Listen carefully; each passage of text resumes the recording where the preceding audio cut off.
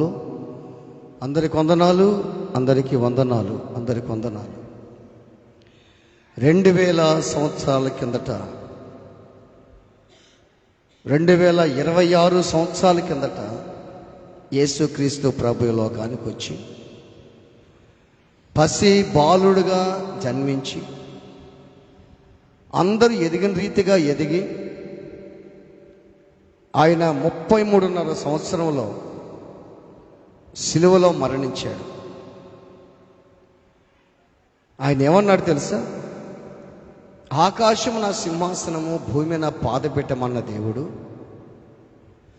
ఆకాశానికి భూమికి మధ్య వేలాడబడ్డాడు. ఎందుకు వేలాడబడ్డాడు తెలుసైనా? ఎందుకు వేలాడబడ్డాడంటే నీ పాపాల నిమిత్తం, నా పాపాల నిమిత్తం ఆయన సిలువలో మరణించినటువంటి దేవుడై ఉంటున్నాడు.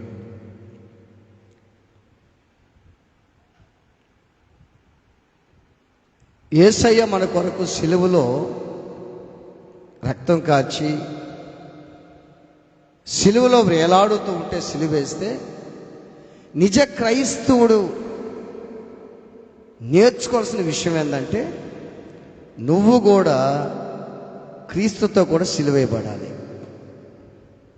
నిజ క్రైస్తవుడు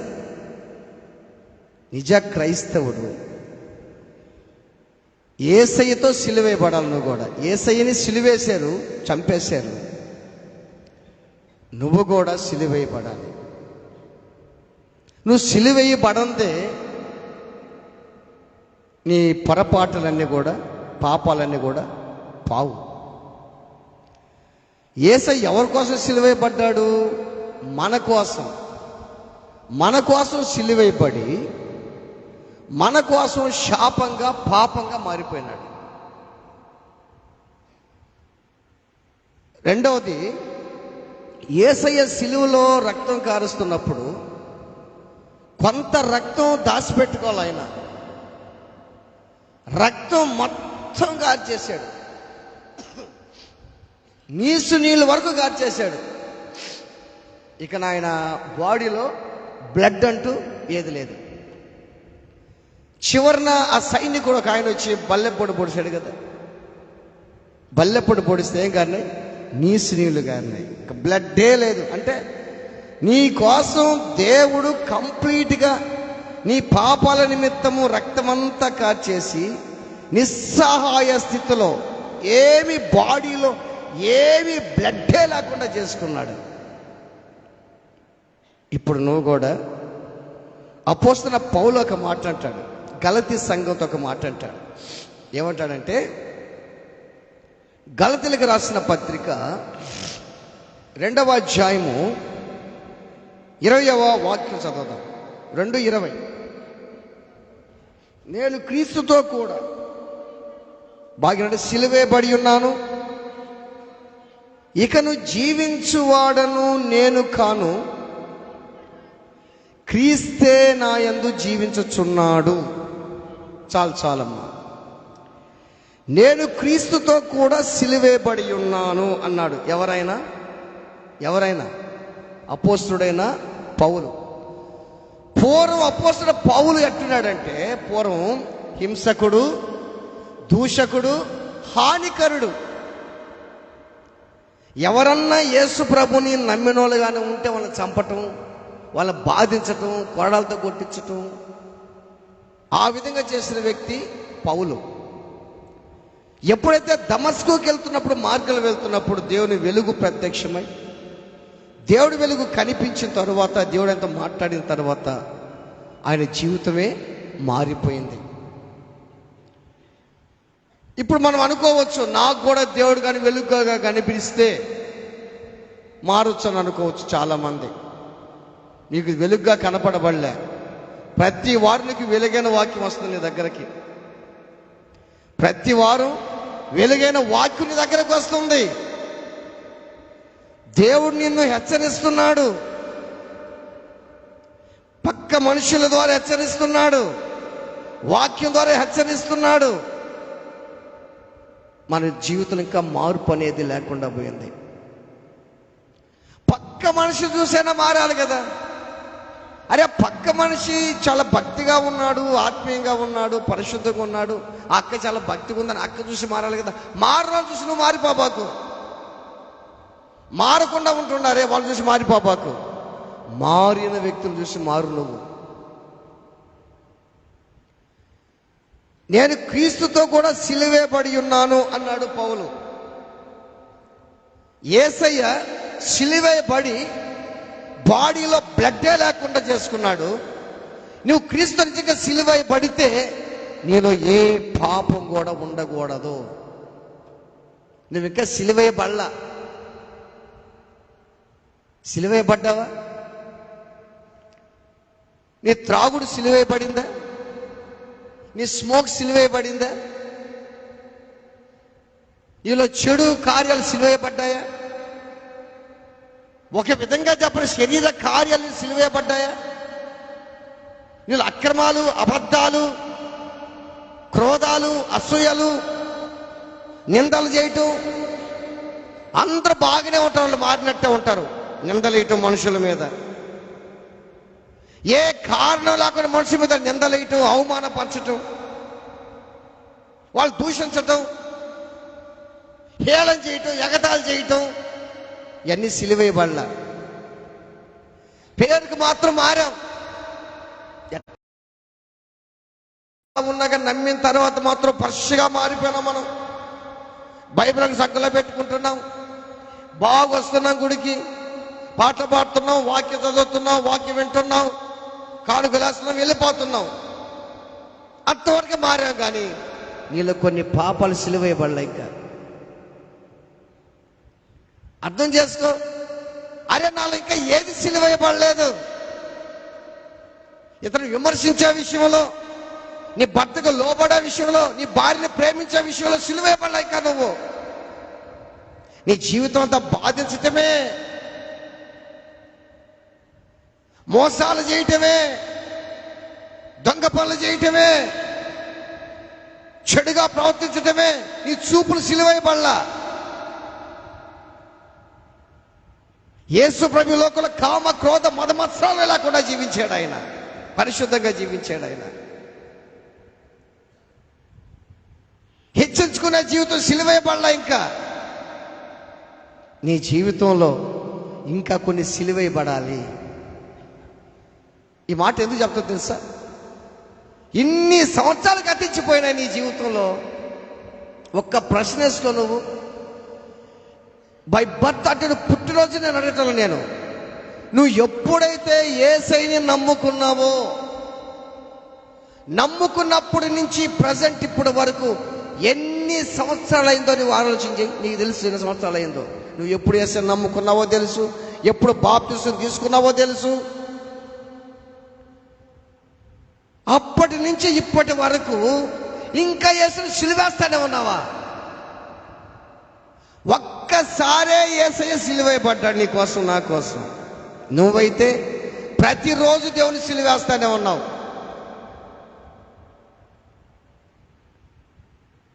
ఇప్పుడు ఒక్కసారి ప్రశ్న వేసుకో. ఎన్నిసార్లు ప్రారంభంలో బాగుంటాం మనం, మళ్ళీ భక్తిగా ప్రారంభంలో పాసుకొండతం లేకుండా చేస్తాం. ప్రారంభంలో రాను రాను రాను ఇక నా భక్తి అంతా ఎగిరిపోద్ది. ముందు ఏ పొరపాట్లు అయ్యి మళ్ళీ మనకు వచ్చేస్తాయి. మీరు బాగా గుర్తుపెట్టుకోండి. చాలా మంది మారిన తర్వాత అన్ని బంద్ చేసేస్తారు. బంద్ అని మొత్తం బంద్ చేసేసి అన్ని వదిలేసేసి భలే ఉంటారు. మారిన తర్వాత ఆ అక్కను చూసి, ఈ అన్నం చూసి, ఆమెను చూసి, ఈయన చూసి మళ్ళా స్టార్ట్ చేస్తారు. మళ్ళీ సీరియల్ స్టార్ట్ చేస్తారు, మళ్ళీ సినిమాలు స్టార్ట్ చేస్తారు, మళ్ళీ లేనిపోని స్టార్ట్ చేస్తారు. పక్కన చెప్తాడు, అందరూ బాగుండారంటాడా గుడికి పోయే వాళ్ళందరా? వాళ్ళందరూ నరకానికి బతుకు నరకానికి పోతా? ఆడందరూ బాగుండారా? యేసు నమ్ముకొని అందరూ బాగుండారా? వాళ్ళు పరిశుద్ధంగా ఉండారు నిజమేనా? వాళ్ళు భక్తిగా ఉండారా? వాడిట్ట, ఈడిట్ట, ఆమిట్ట, మొత్తం పేర్లు చెప్తాం మనం. నీ పేరు ఎంతమంది చెప్తున్నారు నువ్వు బాగలేవని? నీ జీవితం ఎంతమంది చెప్తున్నారు బాగలేదని? గుర్తుపెట్టుకో. నేను క్రీస్తుతో కూడా సిలువేయబడ్డాను. బా, ఎంత మంచి మాట ఇది! ఏం చెప్పాలో ప్రభు అనుకుంటే నాకు ఇది చూపించాడు దేవుడు. నువ్వు దేవుడితో సిలువేయబడాలి. ఎప్పుడు సిలువేయబడాలి? ఎప్పుడైతే యేసుని నమ్ముకొని సొంత రక్షకునిగా అంగీకరించి నీ పాపాలు కడుగు ప్రభువా, నా పాపాలు కడుగయ్యా, నన్ను క్షమించనప్పుడు అన్నావో అప్పుడు సిలువేయబడాలి నువ్వు. ఒకవేళ బాగా గుర్తుపెట్టుకో, నీ పాపాలు ఇక్కడ సిలువేయబడకపోయినా అయినా దేవుడు నిన్ను ప్రేమిస్తూనే ఉన్నాడు, క్షమిస్తూనే ఉన్నాడు, పోషిస్తూనే ఉన్నాడు, కాపాడుతూనే ఉన్నాడు దేవుడు నిన్ను. ఇన్ని సంవత్సరాలు గతించిపోయినాయి, 26 వచ్చాం. ఏమో 26లో నీకు అనుకూలంగా ఉంటుంది నువ్వు అనుకుంటున్నావా? 26 సంవత్సరం నాకు బాగుంటుంది నువ్వు అనుకుంటున్నావా? 25 బాగుండింది, ఇదిగో నాకు బాగుంటుంది నువ్వు అనుకుంటున్నావా? 26 ఎలా మారుతుందో నీకేం తెలుసు? ఈ వేటు న్యూస్లో చూస్తే క్రిస్మస్ రోజే కేకులు పంచుకుంటుంటే కొంతమంది చచ్చిపోయారు. క్రిస్మస్ రోజే హత్యలు.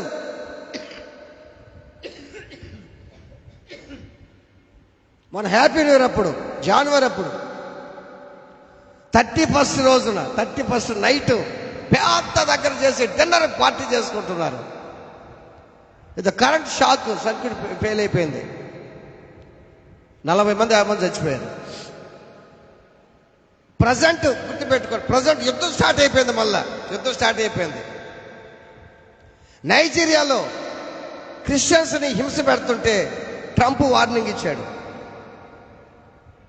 క్రిస్టియన్ జోలికి వస్తే ఒప్పుకొని చెప్పి వాళ్ళ మీద దాడి చేశారు. ఇప్పుడు యుద్ధాలు జరుగుతున్నాయి, ఇప్పుడు యుద్ధాలు స్టార్ట్ అయిపోయినాయి.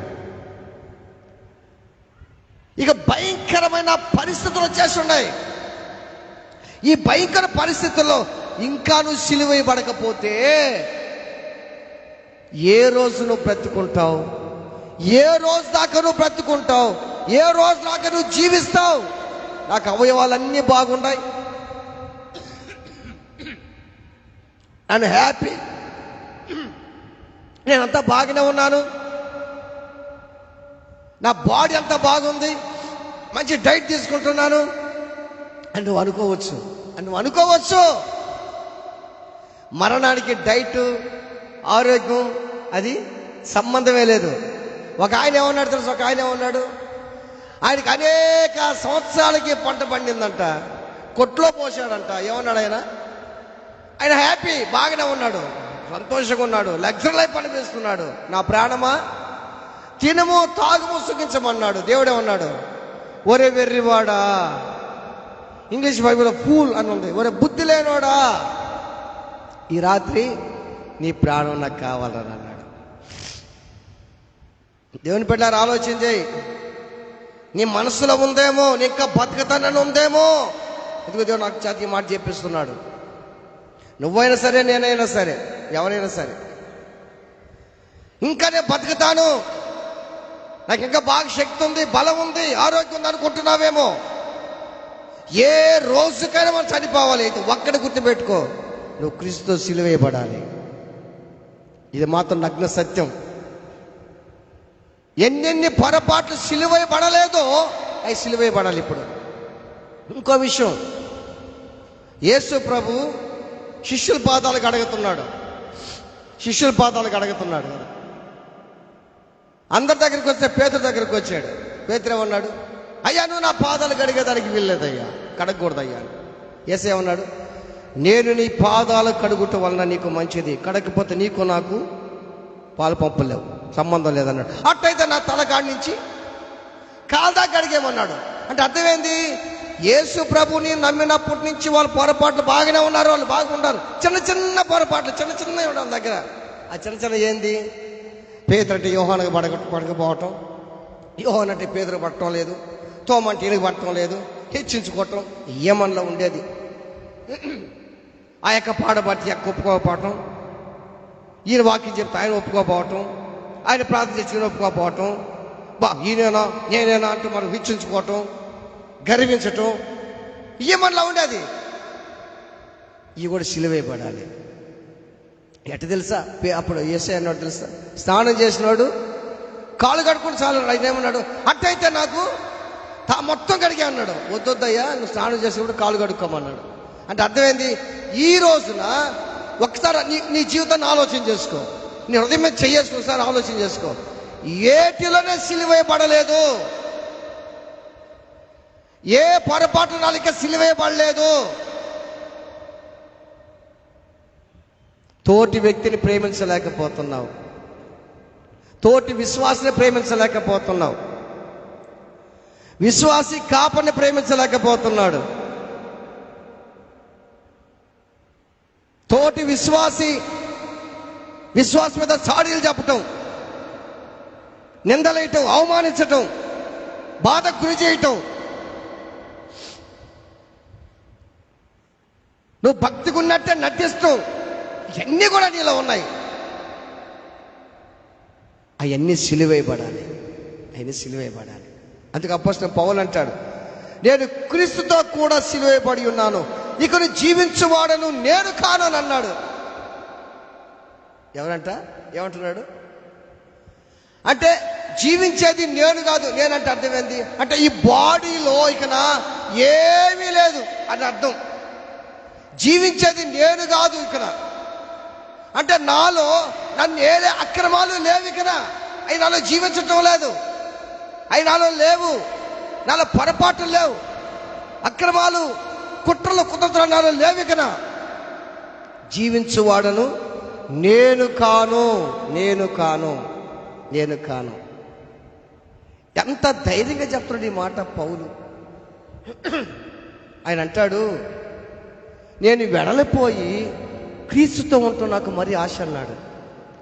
ఈ మాట ఎంత కాన్ఫిడెన్స్ ఉన్నానికి చెప్తున్నాడు. ఇంకో మాట ఏంటో తెలుసా, నేను క్రీస్తుని పోలి నడుచుకున్న ప్రకారం మీరు నన్ను పోలి నడుచుకోమన్నాడే. బా అంటే వండర్, ఎంత అద్భుతంగా చెప్పాడు ఆ మాట. ఒక నరుడు నువ్వెందుకు పరిశుద్ధంగా మార్చబడకూడదు, నేనెందుకు పరిశుద్ధంగా మార్చబడకూడదు, ఛార్జీ తీసుకో. పౌలు దేవుడు కాదు, పరిశుద్ధుడే. పౌలు పరిశుద్ధుడు, దేవుడు కాదు. ఆయన నాట్ ఎ గాడ్, ఒక మనిషి. ఆయన నేను క్రీస్తుని పోలి నడుచుకుంటున్నా, ఆయన అడుగుజాల్లో నడుస్తున్నా. ఏ విషయంలో కూడా నేను దుఃఖ పెట్టడం లేదు, బాధ పెట్టడం లేదు. నాకు దుఃఖం వచ్చినా సంతోషంగానే ఉన్నా. నేను పౌల్ని కొడుతుంటే పౌలుకి ఏం జ్ఞాపకం వచ్చింది చెప్పండి? బా నా కోసం కొట్టించుకున్నావు కదయ్యా, నాదేందయ్యా. ఒక్కసారే యేసు ప్రభుని 39 కొరడా దెబ్బలు కొడితే పేతుర్ని 5 సార్లు కొట్టారు, 39 దెబ్బలు. అపోస్తుల కంటే తక్కువైన వాడనా అని అంటాడు ఒకటే మాట. ఒకేసారి 39 కొరడలు 5 సార్లు కొడితే వీళ్ళకంతా అదే జ్ఞాపకం వచ్చింది. ఏం జ్ఞాపకం తెలుసా? నా కొరకు నువ్వు సిలువలో రక్తం కార్చి చనిపోయినావయ్యా, ఎంత గొప్ప దేవుడు అయ్యా నువ్వు. ఈయన కొడుతుంటే అవి జ్ఞాపకం వస్తున్నాయి. కానీ ఇదేంది, నా బాధ ఏంది, నా కష్టం ఏంది, మందిరంగా పోతున్నానే కానీ ఈ సమస్యలు తీరలేదే, ఈ వ్యాధి బాలేదే, ఇది తీరలేదే, నాకు ఇది సమస్య నన్ను వెంటాడుతుంది, నాకు ఇది రాలేదే, ఇది కట్టుకోలేదే, ఇది తీరలేదే అనే బాధ మనుషులో ఉంది. కానీ పౌలుకి అది లేదే. పౌలు ఈ లోకంలో స్థిర నివాసం ఏర్పరచుకోలేదు మన పితరులో అని మీరు ఇల్లు లేకుండా చేసుకోండి అని చెప్పటం లేదు నేను, ఉద్యోగం లేకుండా చేసుకోమని చెప్పటం లేదు నేను. ఒకటే చెప్తున్నాను, మీరు క్రీస్తుతో కూడా సిలువేయబడాలి. ఏ పొరపాట్లు ఇంకా ఉన్నావో, ఏ అక్రమాలు నిన్ను వెంటాడుతుందో, ఏది దేవుని కంటే ఎక్కువగా ఏది ప్రేమిస్తున్నావో అది సిలువేయబడాలి. అదే నిన్ను ఊపిరి తీస్తుంది ఒకసారి. అదే పరలోక రాజ్యానికి పానుకొని అడ్డుకుంటుంది నిన్ను. ప్రతిదీ గుర్తుపెట్టుకో, నీ మాటల ద్వారా, చూపుల ద్వారా, తలంపుల ద్వారా, ఆలోచనలు, ఊహల ద్వారా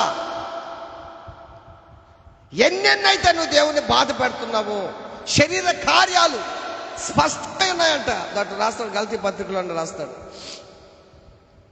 ఈ శరీర కార్యాలు ఇంకా నీలో ఉన్నాయా? నాలో అన్నీ పోయినా ప్రభావం అక్కడ మాత్రం ఉంది, అది కూడా సిలువైపడాలి, అది కూడా సిలువైపడాలి.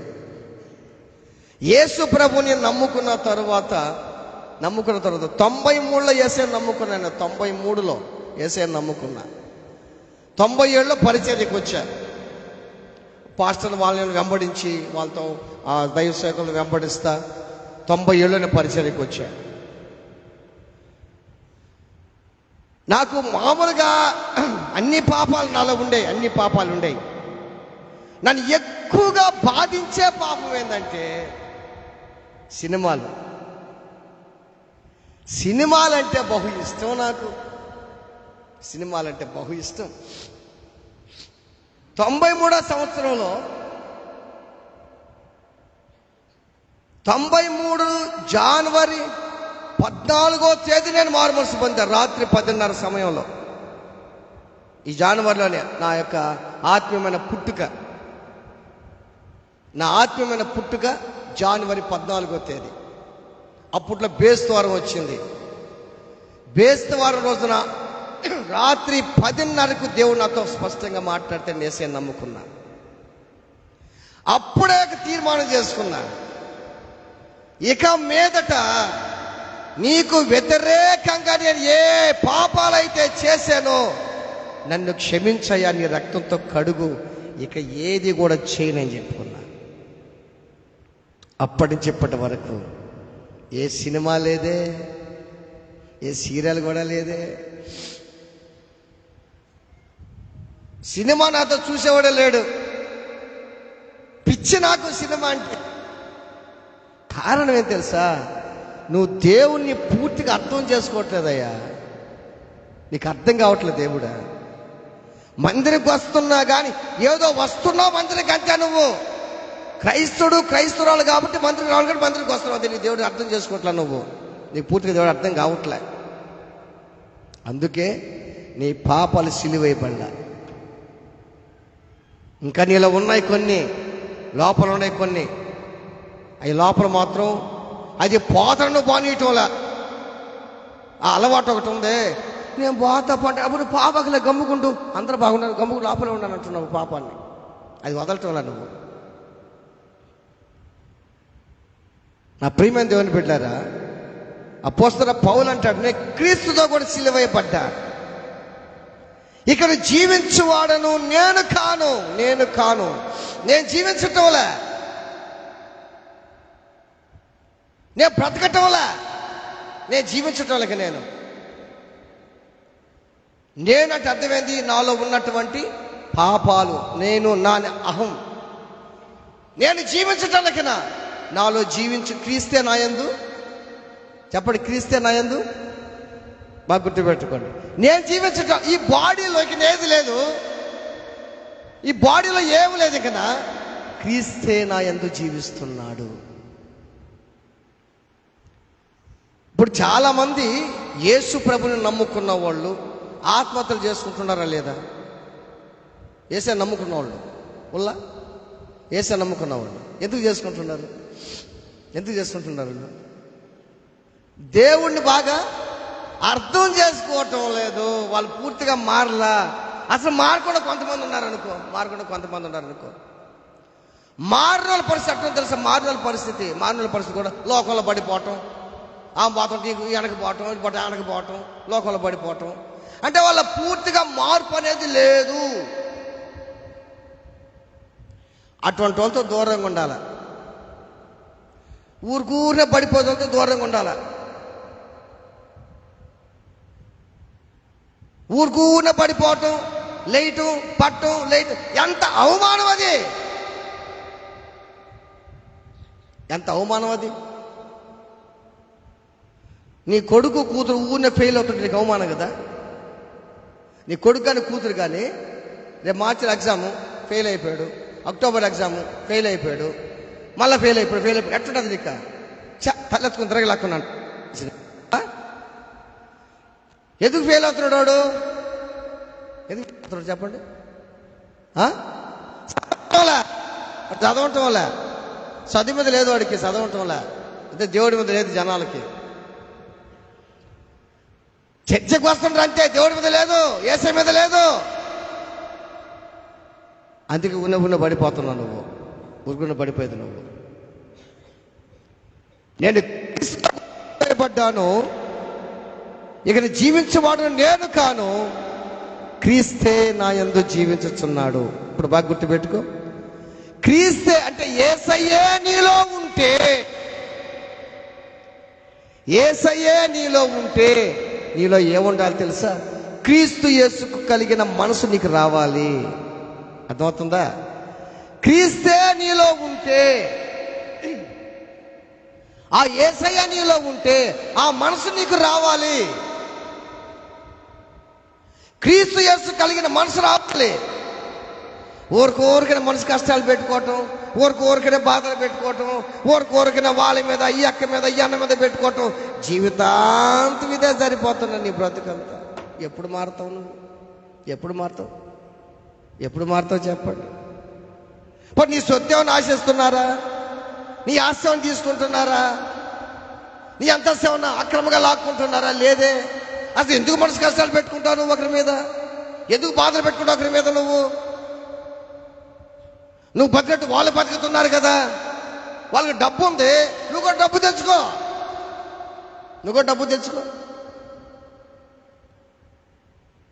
వాళ్ళకి అప్పు ఉంది, కూడా అప్పులు చేసుకుంటావు అప్పులు. అసలు ఎందుకు బాధపడాలి చెప్పు ఒకరి మీద? దేవుని బిడ్డలారా, ఒకరి మీద బాధపడొద్దు. మనం ఎట్ట అయిపోయినాం, వాళ్ళు భలే ఉన్నట్టు బ్రహ్మాండంగా, ఆ టైప్ అని బ్రతికెట్టు అయిపోయింది, నీ బ్రతికెట్టు అయిపోయింది, నవ్వులు పాలు అయిపోయినావు నువ్వు. అసలు నేనేం చేస్తున్నా నా పరిస్థితిని గుర్తుపెట్టుకో.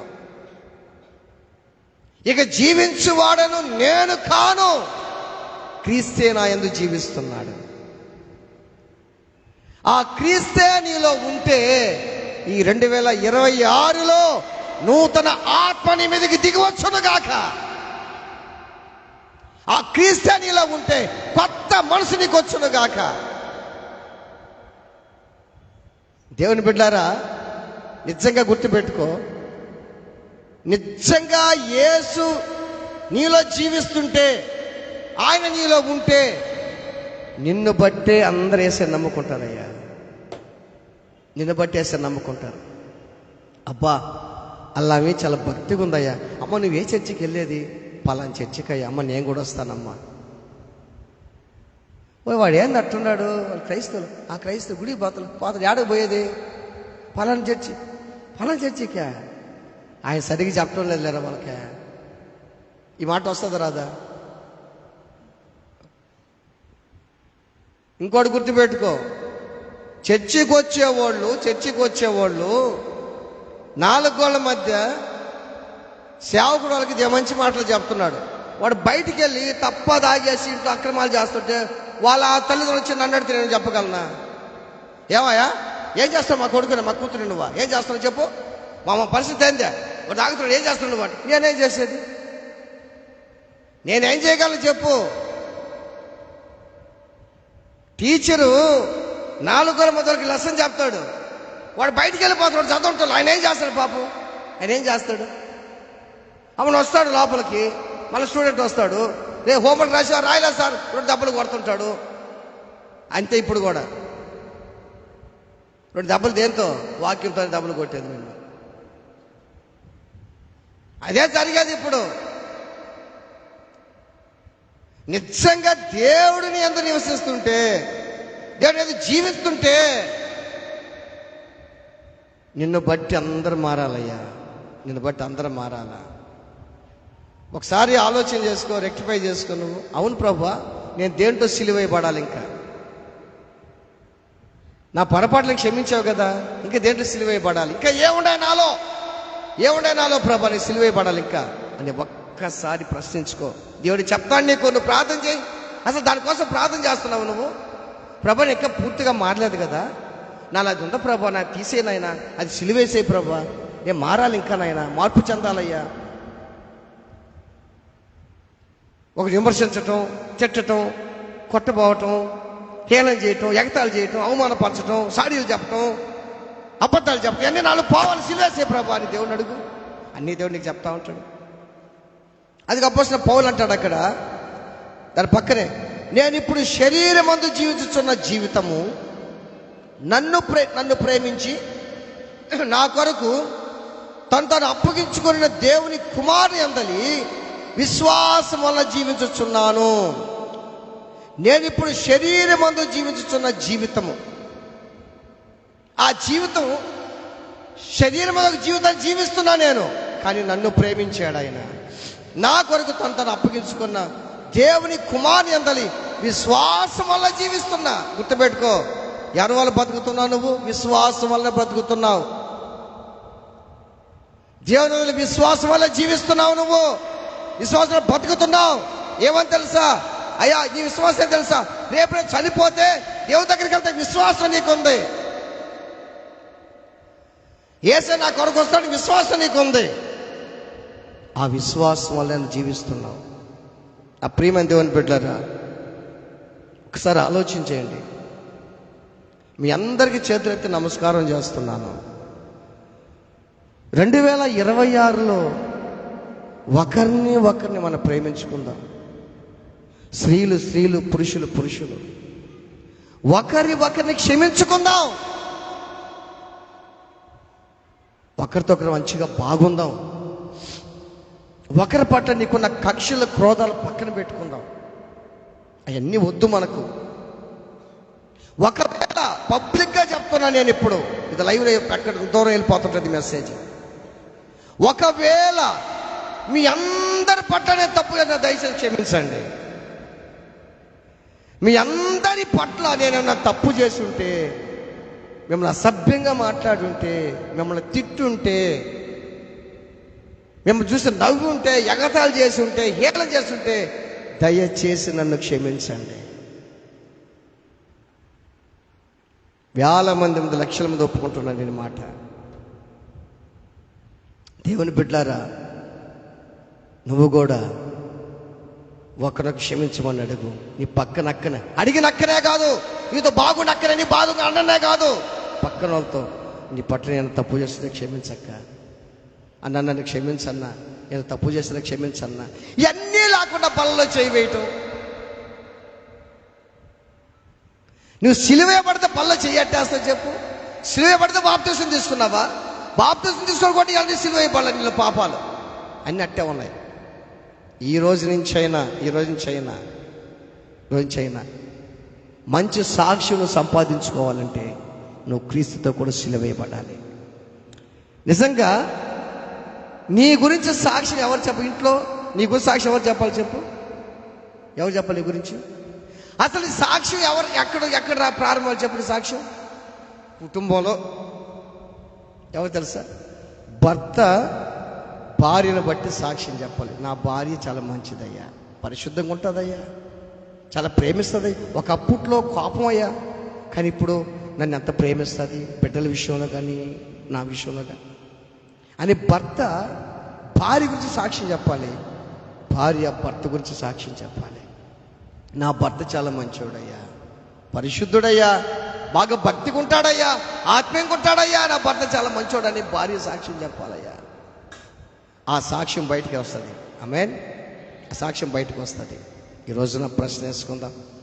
ఇంకా నువ్వు గుర్తుపెట్టుకో, సిలువేయబడలేదా? ఇక జీవించువాడు నేను కానన్నాడు.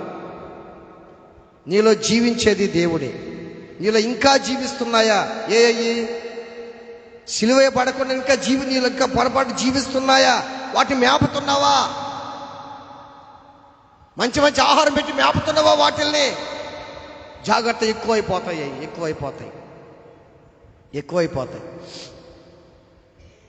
పాపం చాలా భయంకరమైనది. గుర్తుపెట్టుకో, పాపం చాలా భయంకరమైనది. దేవుని బిడ్డలారా, పాపాన్ని పెంచుకోబాకు. పాపం కాటేస్తుంది. పాపాన్ని కానీ పెంచుకుంటే కాటేస్తుంది పాపం. ఈ మాటని చెప్తున్నా, గుర్తుపెట్టుకోండి. ఒకప్పుడు నీకు అర్థమవుతుంది. ఈ పాపం కాటేసింది అనుకో, మన జీవితాలు ఆత్మీయ దిగజారిపోతాయి. దేవుని దగ్గరికి వెళ్ళలేం మనం. కనుక ఒకవేళ ఈ రోజైనా ఇంకా మనలో ఉన్నటువంటి అక్రమాలు పొరపాటు సిలువేయబడకపోతే, ప్రభువా ఈరోజే నాలో ఉన్న సిలువేసేయి ప్రభువా దేవుని అడగా. ఆయన అడిగితే దేవుడు నీతో సహాయం చేస్తాడు. ప్రార్థన చేసుకుందాం, తల ఉంచుదాం, కళ్ళు మూసుకుందాం.